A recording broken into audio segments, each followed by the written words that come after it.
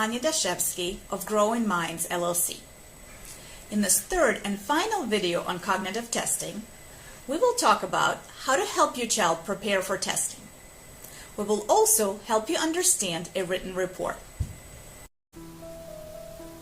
Let's first talk about preparing your child for testing.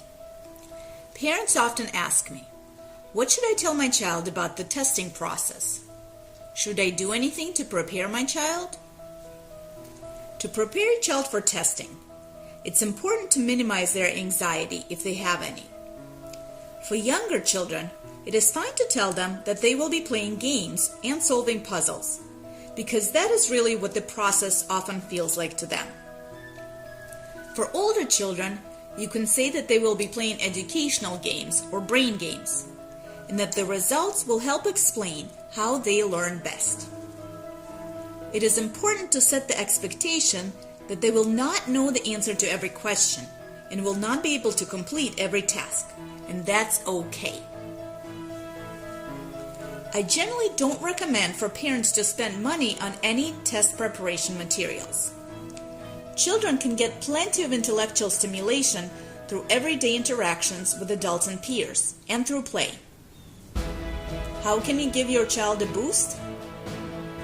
To improve visual spatial skills, make sure your child has plenty of materials with which to build and create, be it wooden blocks, Legos, or the contents of your recycling bin.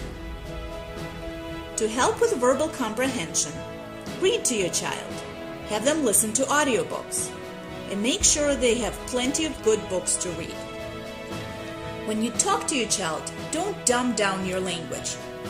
Don't be afraid to use complicated words, as long as you explain what the word means. Finally, the day before testing, make sure your child gets plenty of sleep. Before coming in for testing, make sure your child eats a good breakfast or lunch. We would not want hunger or fatigue to stand in the way of your child showing what he or she can do. Now let's switch gears and talk about what happens after the testing is complete. You will most likely receive a written report with the results of your child's IQ testing. This report will include several sets of scores. If your child has been tested with the Wechsler Intelligence Scales, which is the most commonly used IQ test in this country, although certainly not the only one, the table of scores will look something like this. You will see a number for the full-scale IQ, and for each of the 5 domains of intelligence that we described in our previous video. You will also see numbers for individual subtests or tasks that comprise each domain. When looking at the scores for each of the subtests, it's important to remember that a score of 10 is average. Subtest scores between 8 and 12 are considered to be in the average range. For the full-scale IQ and for each of the domain scores, a score of 100 is average. Scores between 90 and 110 are considered to be in the average range. Scores between 80 and 90 are considered low average, and scores between 110 and 120 are high average, and so on. Only about 2% of children score below 70, and another 2% of children receive scores above 130. Now let's take a closer look at the full-scale IQ score. The full-scale IQ is calculated using a special formula, but is roughly the average of how your child does across the 5 domains. If your child's scores in all the different domains are similar to each other, calculating the full-scale IQ score makes sense and gives you a good estimate of your child's overall intellectual ability. But if there is a large difference in how your child does in each of the areas, it does not make sense to calculate the average score, because it simply does not tell us very much about how your child learns. This would be like saying there are 2 children in the family, one child is 2 years old, and the other child is 14-year-old. So on average, the children are 8 years old.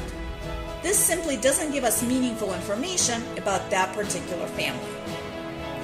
So if the difference in index scores is large enough, we say that the full-scale IQ score is not meaningful, and sometimes we don't report it at all.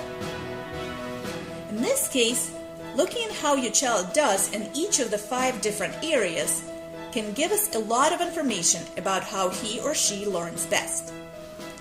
For example, if your child scores high in the visual spatial area and not as high in verbal comprehension, chances are he is more of a visual rather than auditory learner and is good at hands-on tasks. Besides listing the scores, the report from your child's testing should explain the implications of a significant difference in index scores. Depending on the particular situation, a large difference in scores may indicate a potential problem and suggest the need for a more comprehensive neuropsychological evaluation. If, after reading the report, you are unclear about the results or their implications, you should talk to the tester to get more information and discuss next steps. This concludes our series on cognitive testing. We hope you enjoyed our videos and will stay tuned for more conversations on topics in psychology, child development, and education.